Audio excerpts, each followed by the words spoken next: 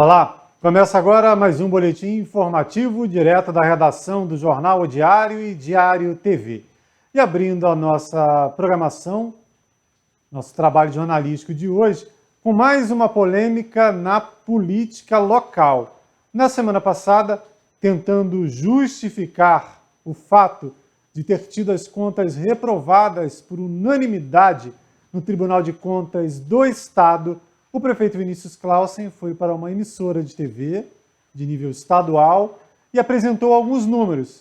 Porém, tais números não refletem a realidade do que ele encontrou na prefeitura, principalmente em relação ao pagamento do salário dos servidores.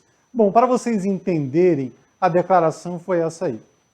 É importante destacar toda a jornada que a nossa gestão tem feito desde que assumiu o município em 2018. O mandato ele iniciou, na verdade, ali em 2017, ali nós tínhamos 71 milhões de déficit financeiro, e quando nós assumimos em 2018, o município estava devendo 4 folhas de pagamento. Bom, foi bem claro aí, né? O prefeito disse que quando ele pegou a prefeitura, os servidores estavam com 4 folhas de salário em atraso.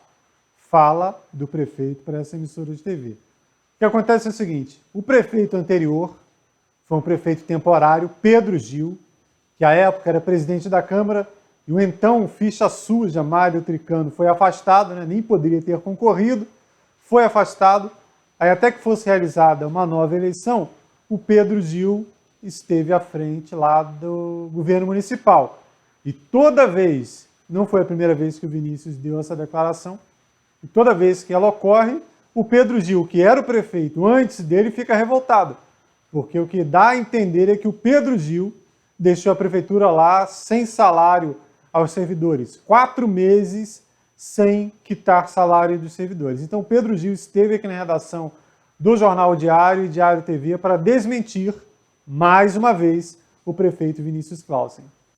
Bom, primeiramente quero agradecer vocês pela oportunidade da gente se defender dessa mentira caluniosa, porque no meu mandato, quando eu saí, eu deixei o salário pago rigorosamente em dia, dentro do mês. Pode perguntar ao presidente do sindicato e todo servidor público, se eles não receberam o salário em dia, dentro do mês, nesse período que a gente foi prefeito. Eu tenho orgulho em dizer que eu deixei o salário em dia, não fiquemos devendo nada a ninguém. Eu não sei se o atual prefeito quer mentir, não precisa mentir. Eu tenho até um vídeo dele gravando na campanha, agradecendo o Pedro Gil por ter tirado a prefeitura do cálculo. Agora, se ele vem com essa palavra agora, aí eu não sei, isso aí é uma verdadeira mentira. Eu, Pedro Gil, sustento, o salário ficou pago em dia. Quando você assumiu a prefeitura, realmente a prefeitura tinha problemas com pagamento de salários. E foi uma engenharia para poder botar o salário em dia, né? Realmente tinha. Quando eu entrei, a prefeitura estava numa situação muito difícil, mas com a ajuda do povo de Teresópolis, dos empresários, a gente conseguiu cimento de doação de empresários para ajudar, e ajudamos todo mundo e deixamos o salário pago em dia. Nós não tiramos dinheiro para nada, foi conta gota para pagar o salário ao servidor. Que eu acho que quem tem o prato da casa, quem tem que tratar bem é o servidor público. E o servidor público não é obrigação, tem que pagar o salário em dia. O salário é para ser recebido em dia. Não tem ninguém fazendo milagre nenhum, não. É isso aí que tem que ser. Agora, o prefeito não pode me falar que tinha 3 folhas, 4 que ele fala atrasada. Isso aí realmente é mentira. Também entramos em contato com a presidente do Sindicato dos Servidores Públicos Municipais, Kátia Borges, que confirmou a informação que Vinícius não pegou a prefeitura com salários em atraso. Com relação às 4 folhas de pagamento que o prefeito diz que colocou em dia, estamos aqui para esclarecer que, em março de 2018, o ex-prefeito Mário de Oliveira Tricano colocou a folha de pagamento do servidor em dia, pagando tudo aquilo que devia até então. Em abril, o ex-prefeito Pedro Gil assumiu e manteve o pagamento até a gestão Vinícius Clausen, quando ele assumiu, e também manteve o pagamento em dia, né, parcelando aí alguns momentos mais para o final do ano, mas ele então manteve a folha de pagamento em dia. Ele não assumiu com folha de pagamento atrasada. O que ia acontecer é que a partir de outubro as folhas atrasariam, né, já era uma previsão inclusive do sindicato, principalmente para os aposentados, e então se manteve o pagamento em dia e em 2019 a gente não teve mais problema com o pagamento atrasado. Bom, como vocês viram, contra fatos não há argumentos. No fim de semana começou a ser realizado um novo trabalho, um projeto da Câmara de Vereadores que oferece serviços para comunidades do interior. É o projeto Câmara Cidadã, que oferece serviços gratuitos nas áreas de assistência, saúde e beleza. A primeira comunidade atendida pelo projeto Câmara Cidadã foi a de Bom Sucesso, a localidade de Bom Sucesso, no 3º Distrito de Teresópolis. Participaram, em parceria com a Câmara, associações e entidades como a Fundação Leão 13, Detran, Senac e uma empresa de saúde local que prestaram durante todo o dia esses serviços lá em Bom Sucesso. A previsão da Câmara de Vereadores é que o próximo atendimento será realizado no 2º Distrito, em localidade ainda não confirmada. Nesta quarta-feira, Teresópolis vai inaugurar um café popular. Está aí o convite da Prefeitura para a inauguração desse café popular, que também tem participação da Câmara de Vereadores. Esse café vai funcionar, esse projeto aí, Café Popular, na área externa do ginásio poliesportivo Pedro Jaara, o Pedrão. Quarta-feira, inauguração, 7h30 da manhã. Esse café popular vai custar R$1, com direito a um café com leite, pão com manteiga e fruta. Vamos agora falar um pouco da situação do município na pandemia da Covid-19. Primeiro, a notícia boa. Saiu aquela atualização da bandeira de risco do governo do estado, está aí, em sua maioria, risco baixo, bandeira, muito baixo, aliás, bandeira verde, risco muito baixo, dá para ver ali no meio, região serrana, onde Teresópolis está. Bom, apesar dessa boa notícia, do risco muito baixo de transmissão da Covid-19, a notícia ruim, atualizando aí o painel Covid da Prefeitura, 4 pessoas, volta a subir o número de internações em leitos de UTI aqui no município. 4 internações. Na semana passada, inclusive, chegamos a zerou o número de internações aí em leitos de UTI e voltamos a registrar aqui na cidade 4 pessoas internadas em leitos de UTI, sendo 2 entubadas. Não havia essa informação. Aliás, só uma observação, quando zeramos aí as internações, o prefeito foi lá para as redes sociais dele comemorar que havíamos zerado o número de internações. Bom, prefeito, agora é a hora de falar também que voltou a subir, Como venho falado aqui há mais de um ano, os números são reais e nós mostramos aqui. Se zerou, se reduz, logicamente a gente comemora, mas se volta a crescer, é preciso também mostrar a realidade e, nesse caso aí, alertar a população. Na tarde desta segunda-feira foi registrado um capotamento de veículo na Teresópolis, Itaipava. O repórter José Carlos dos Santos, o Cacau, esteve no local.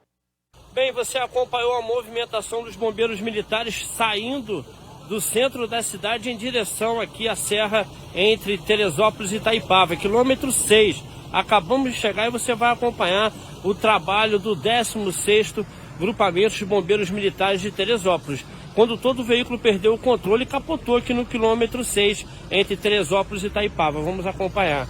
Bem, a vítima já está sendo atendida pela capitã médica Margarete, vítima sendo atendida nesse momento no interior da ambulância de resgate, vítima consciente, tá?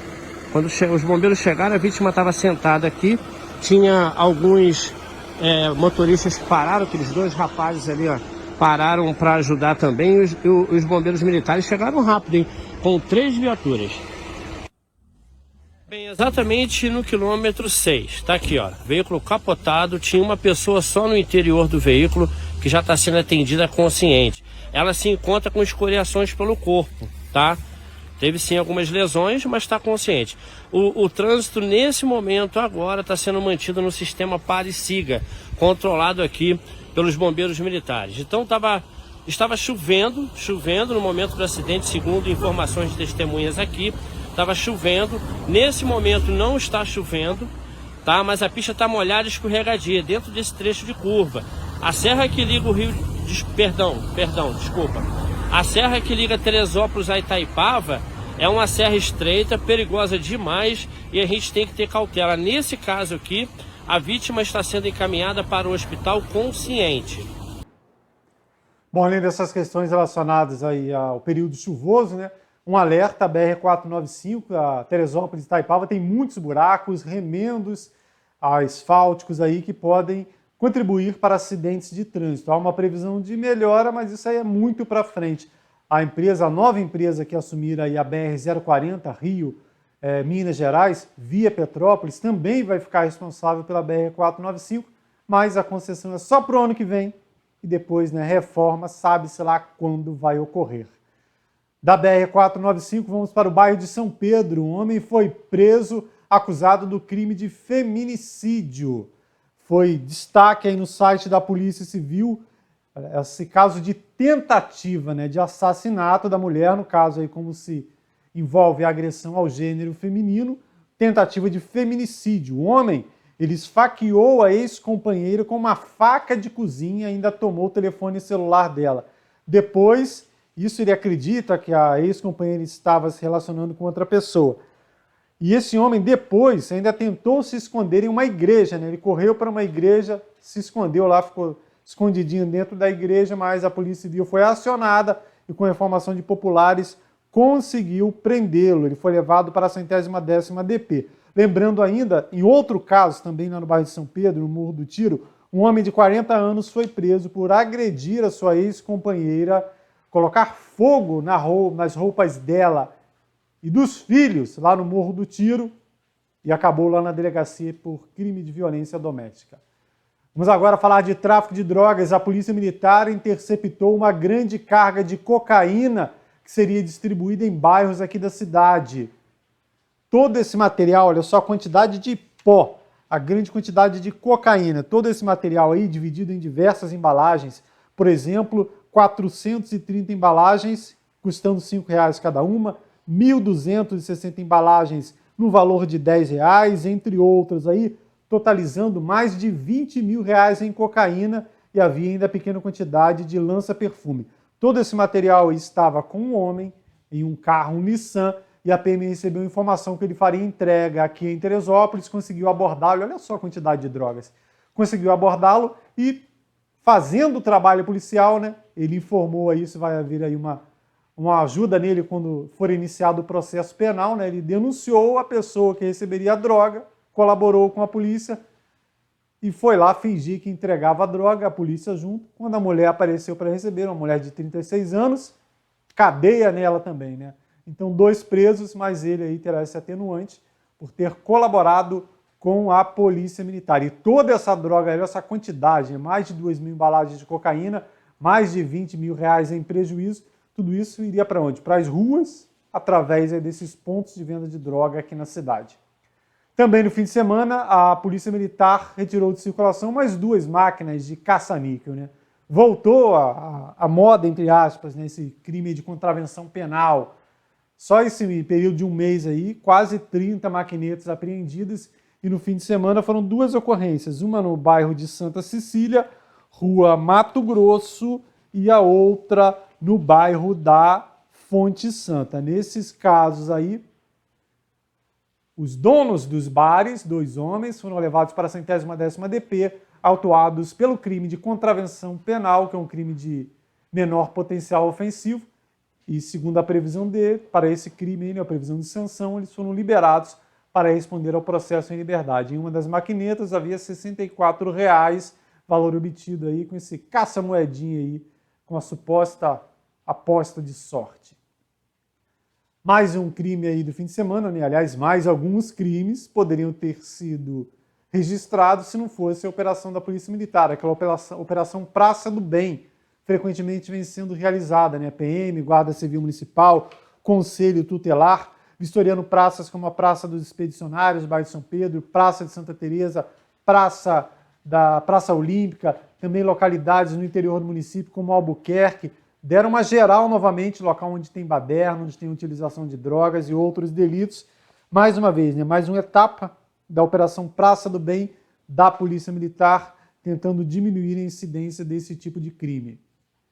Ainda na área policial, vamos falar de um furto, uma invasão em uma igreja na Barra do Imbuí. Um homem, olha só, quebrou um dos vitrôs da igreja, casa de oração na Barra do Imbuí. Passou por aí, olha só, deve ser magrinho, né, o meliante. Passou por aí, mas nem tão magrinho ele era, dá para ver a quantidade de sangue espalhado no vidro, para furtar um espelho. Isso mesmo, um espelho. Saiu lá todo cortado, todo arrebentado. A PM recebeu a informação que havia um homem mexendo nos carros ali na Presidente Roosevelt, na Barra do Imbuí, e foi apurar, né? Quando encontrou esse homem em um terreno baldio e viu que ele estava machucado. Nesse momento, a PM ainda não sabia que se tratava da invasão da igreja, era só para apurar essa questão dos carros aí. E ele alegou isso primeiras horas da manhã, que havia se machucado trabalhando.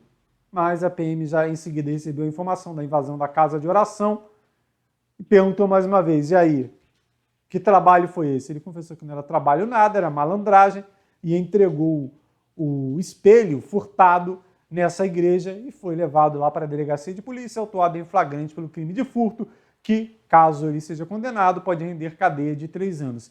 Pelo mesmo delito, um jovem de 23 anos pode passar uma temporada de 3 ciclos aí de 3 anos na cadeia se for condenado pelo crime de furto de celular. Esse aparelho aí, esse Samsungzinho aí.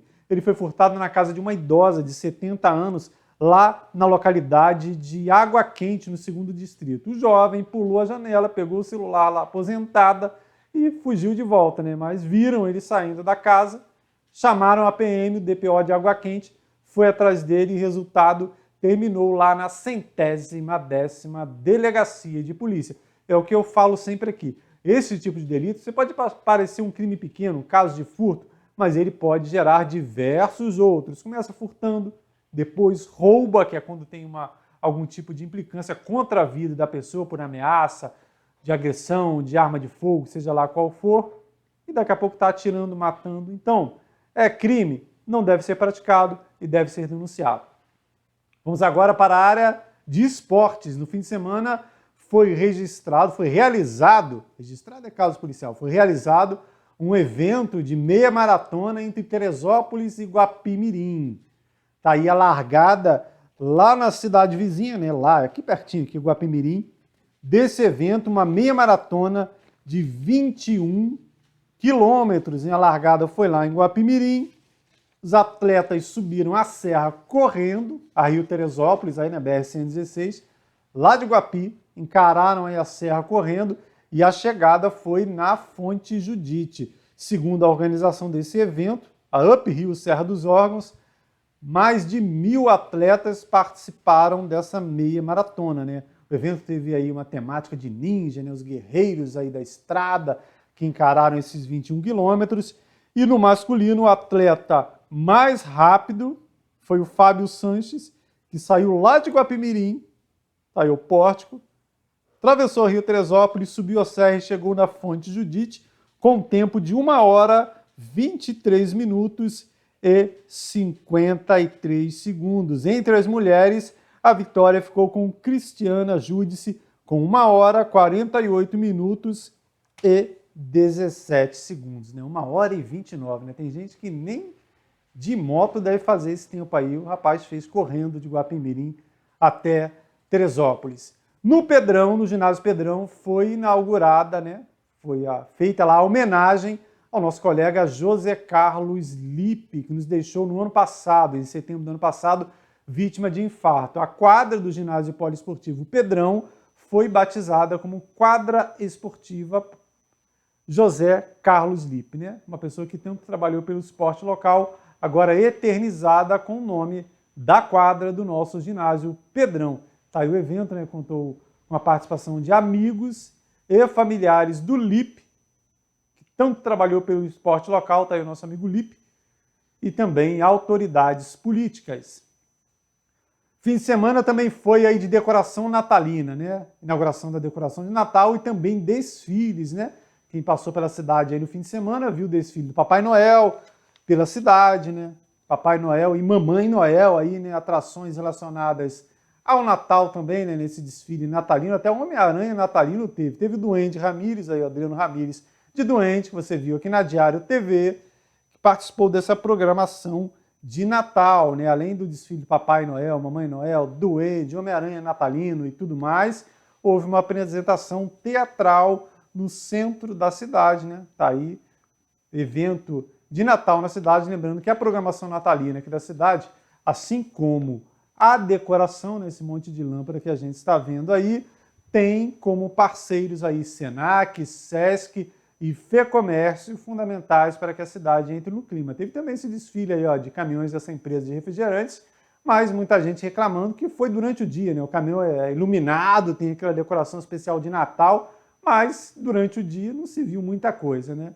Já em Petrópolis, os caminhões passaram por aqui, chegaram em Petrópolis à noite, aí sim, lá em Petrópolis ficou bem mais legal.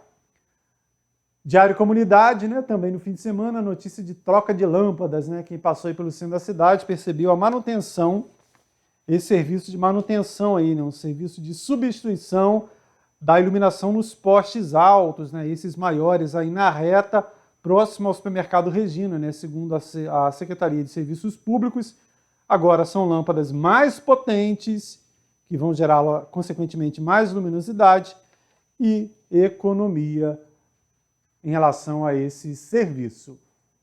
Vamos agora ao quadro Foto do Dia, né? Finalizando o boletim informativo com mais uma colaboração do jornalista e historiador Vanderlei Pérez. A nossa fotografia de hoje é uma imagem dos anos 1920 e 1930, cerca de 100 anos atrás, mostrando o terreno da antiga Sudantex, ali no sopé da fazendinha. Dá para perceber aí o trilho da estrada de ferro, o túnel da beira-linha e uma olaria que havia no fundo daquele grande plano que havia ali, um plano de mais de 100 mil metros quadrados, que nos anos 1960, início dos anos 60, foi adquirido alguns lotes pela empresa Sudantex e ali surgiu então essa indústria no centro da cidade. É uma conquista de 1965 que a prefeitura comemorou à época e realmente foi muito importante a vinda da Sudantex para Teresópolis. O local é que jamais poderia ter sido aquele. Imagina essa fábrica sendo instalada em direção ao 2º distrito ou 3º distrito, permitindo o desenvolvimento industrial dessas regiões, diminuindo a pobreza, né? Então, além de ter sido instalada no centro da cidade, provocando um prejuízo muito grande para o município, um prejuízo de ordem urbana e de ordem também ambiental, né? Nós temos aí tanto que essa multa milionária que a empresa deve e agora está sendo convertida num acordo de cessão de terreno, de doação de prédio para fazer prefeitura. Esse rolo que está acontecendo aí vem a reboque dessa mal ocupação desse terreno da Sudantex, que ao longo dos anos sempre foi um problema para a cidade. E vai ser necessário que a cidade, que as pessoas se mobilizem e coloquem juízo na cabeça desses políticos, porque nesse espaço é claro que não cabe um bairro, é claro que esse espaço não está destinado para edifícios, para prédios ou para outras fábricas e indústrias, né? Esse parque, esse terreno cabe muito bem um parque que é o projeto de 2010 e que a gente precisa brigar para que ele seja de fato efetivado. Não há o menor sentido, não há a menor lógica de se abrir um bairro dentro de outro bairro que já está saturado na mobilidade urbana, na questão do trânsito, na questão da qualidade de vida. É isso. Então, fotografia de hoje, uma imagem de quase 100 anos atrás do antigo terreno da fazendinha. Uma última informação, acabamos de receber aqui algumas imagens do centro da cidade após essas chuvas aí, né? Uma pancada de chuva no final da tarde, adivinha? Parque regadas com alagamento, novamente. Mas o rio transbordou? Não, muito longe disso. Olha isso. Que imagem impressionante. Parque regadas, esquina da Praça Olímpica, próximo ali a Luiz de Camões. Alagamento novamente. Eu falei disso aqui um mês atrás.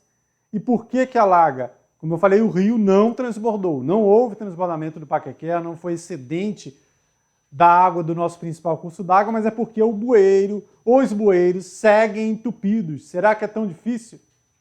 Será que é coisa da velha política deixar bueiro entupido? E vem aí, né? Estamos entrando no período de chuva e ainda não é o período de chuvas mais fortes. Impressionante essa imagem. Parque regadas, rio longe de transbordar e mais uma vez essa cena caótica no centro da cidade. Essas e outras notícias você confere em nosso site netdiario.com.br. Se houver qualquer atualização antes da entrada de um novo boletim informativo, além da nossa página, você vê na barrinha de notícias da Diário TV e em nossas redes sociais, Instagram, Facebook e YouTube. Lembrando sempre, você que nos acompanha aí pelo YouTube, não deixe de se inscrever em nosso canal. Até mais!